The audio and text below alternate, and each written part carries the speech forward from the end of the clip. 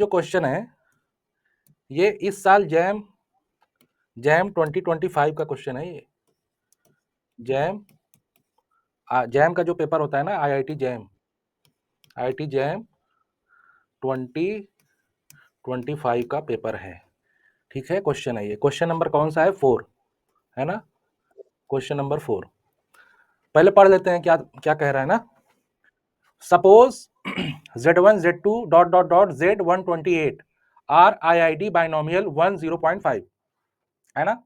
Binomial binomial 1 binomial 0.5 का मतलब वही होता है जो बर्नौली 0.5 का मतलब होता है। ठीक है, बर्नौली इसको ऐसे लिखते हैं, binomial 1.5 equivalent to Bernoulli 0.5। That is clear. पहले इतना क्लियर ना। और अब इसको हम क्या करके चलेंगे, इसको मान के चलेंगे कि हमारे सारे जो वेरिएबल्स हैं वो क्या है, सारे वेरिएबल्स हमारे क्या है, बर्नौली डिस्ट्रीब्यूशन फॉलो कर रहे हैं। ठीक है ना। तो फिर ये कुछ वेरिएबल्स दे दिया है Z1, मतलब एक वेक्टर दे दिया है, वेक्टर x और वेक्टर y, और वेरिएंस निकालने को बोल रहा है ना, है कि नहीं। वेक्टर दिया है Z1 Z2 dot Z64, y क्या दिया है 65 66। अच्छा ठीक, तो इसको लगाते हैं। सबसे पहले बेटा आपको जो दिया गया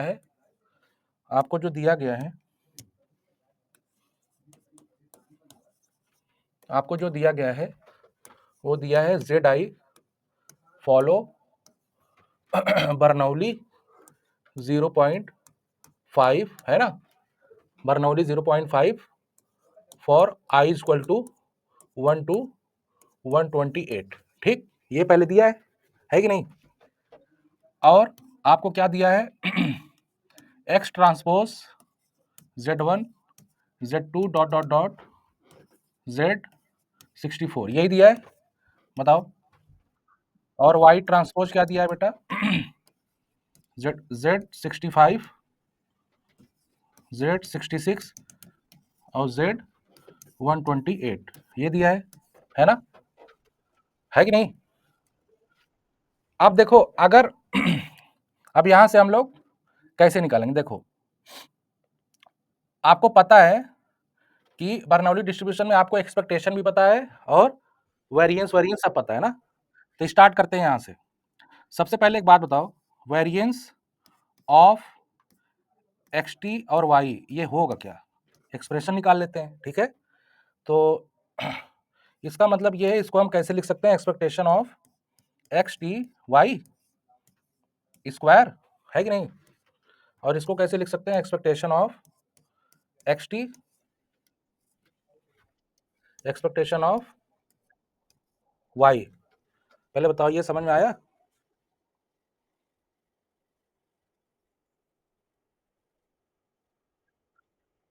हाँ, ये होगा एक्सपेक्टेशन ऑफ xt y और इसका होल स्क्वायर। अब ठीक है ना, अब ये सही बना। अब इसके बाद देखो, सबसे पहले हम लोग निकालेंगे एक्सपेक्टेशन ऑफ xt y, है ना। तो ये आपका बनेगा क्या बेटा, देखो एक्सपेक्टेशन ऑफ, सबसे पहले ये xt ट्रांसपोज में, तो आपका Z1 Z2 डॉट Z64 है ना। और y क्या लिख सकते हो, 65 66 डॉट 128। क्लियर, इसमें कोई कंफ्यूजन बेटा। अब देखो ये क्या बन रहा, मल्टीप्लाई कराओ सबका, तो क्या मिलेगा, Z1 Z65 है ना, Z2 Z66 बनेगा इस तरह से, और लास्ट वाला क्या मिलेगा, 64 और 128 मिलेगा, है ना। अब एक बात बताओ बेटा, इसको क्या लिख सकते हो, समेशन i इक्वल टू 1 से 64 और zi प्लस 64 लिख सकते हो। देखो अब तुमको पता है ना, zi और कोई अदर वेरिएबल क्या होगा, सब इंडिपेंडेंट है कि नहीं। तो एक्सपेक्टेशन को अंदर लेके चले जाओ, है कि नहीं? तो ये अंदर लेके चले गए तो ये आपका क्या बनेगा, देखो, summation I equal to 64 expectation of Z I, expectation of I plus 64, है ना? तो बेटा ये आपका बना क्या, इज इक्वल टू, ये आपका क्या था, एक्सपेक्टेशन ऑफ दिस और दिस, है ना, यही था। तो ये आपका बना क्या, summation of I equal to 1 से 64। अब एक बात बताओ, एक्सपेक्टेशन ऑफ जेड आई क्या होगा, यहां से समझो, if Z I follow Bernoulli 0.5, तो एक्सपेक्टेशन ऑफ जेड आई क्या होगा बेटा, 0.5 ना, और एक्सपेक्टेशन ऑफ जेड आई और जेड जे क्या होगा, ये अलग अलग हो जाएंगे, है कि नहीं? तो मतलब 0.5 इंटू 0.5, तो ये क्या हो जाएगा 0.25 ना। तो यहाँ पे जो बेटा हमारा आएगा वो क्या आएगा, 0.5 इंटू 0.5, यही आएगा, है ना? दिखा दें, देखो यही है एक्सपेक्टेशन ऑफ जेड आई, ठीक। तो ये आपका क्या हो गया 0.25। अब ये कांस्टेंट है तो मतलब क्या हो जाएगा 64 इंटू 0.25, इसको कैलकुलेट करो क्या आएगा, ये मतलब आपका आ गया 4 ना, तो ये कितना आ जाएगा 16, 16 है ना। ये इक्वेशन नंबर 1 मान लो, ठीक। अब दूसरा इसमें देखो, expectation of this and this का होल स्क्वायर, यही है, बताओ, एक्सपेक्टेशन ऑफ, फिर वैसे ही लिख देते हैं। तो ये हमने मल्टीप्लाई किया है ना बेटा, डायरेक्ट यहाँ पे ऐसे लिख दे, है कि नहीं, ये जेड आई प्लस 64, अब इसी का स्क्वायर करना है कि नहीं, तो स्क्वायर कर देते हैं। तो ये क्या हो जाएगा, Z I is equal to 164, ये क्या हो जाएगा जेड आई स्क्वायर, और ये क्या हो जाएगा स्क्वायर, प्लस ये क्या हो जाएगा बेटा, I is not equal to J, clear हो, और ये क्या हो जाएगा, ये 64 तक जाएगा, तो जेड आई आई प्लस 64 और जेड जे जे प्लस 64।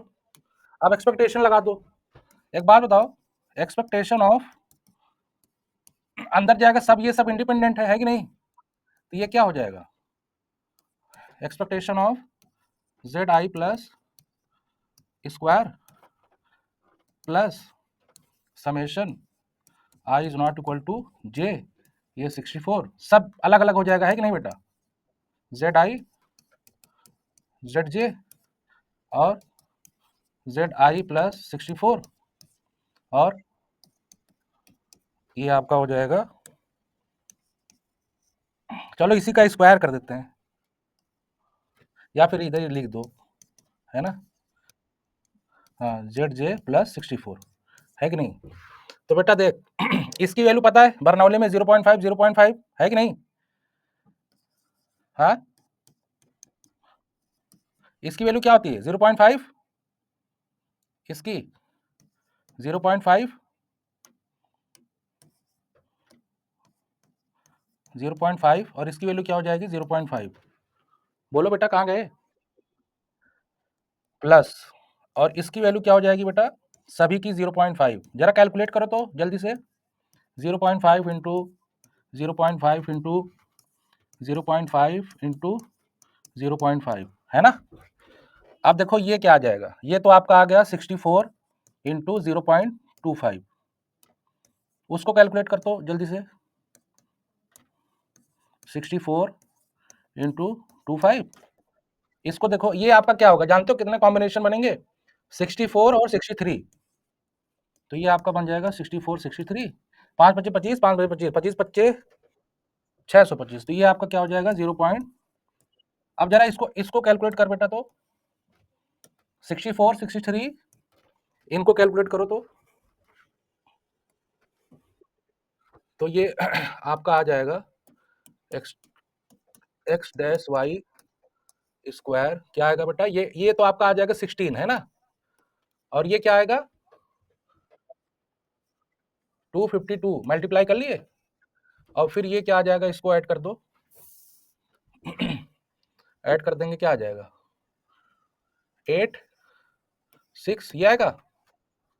तो वेरिएंस आपका जो पूछ रहा है X T Y is equal to, ये आपका इक्वेशन नंबर 2 मान लो है ना, तो X dash this square expectation of X dash Y इसका स्क्वायर है ना बेटा।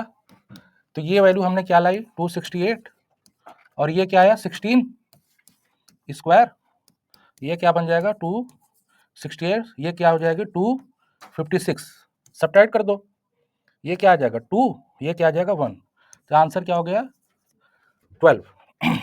क्वेश्चन में देख लेते हैं क्या है आंसर, ऑप्शन सी,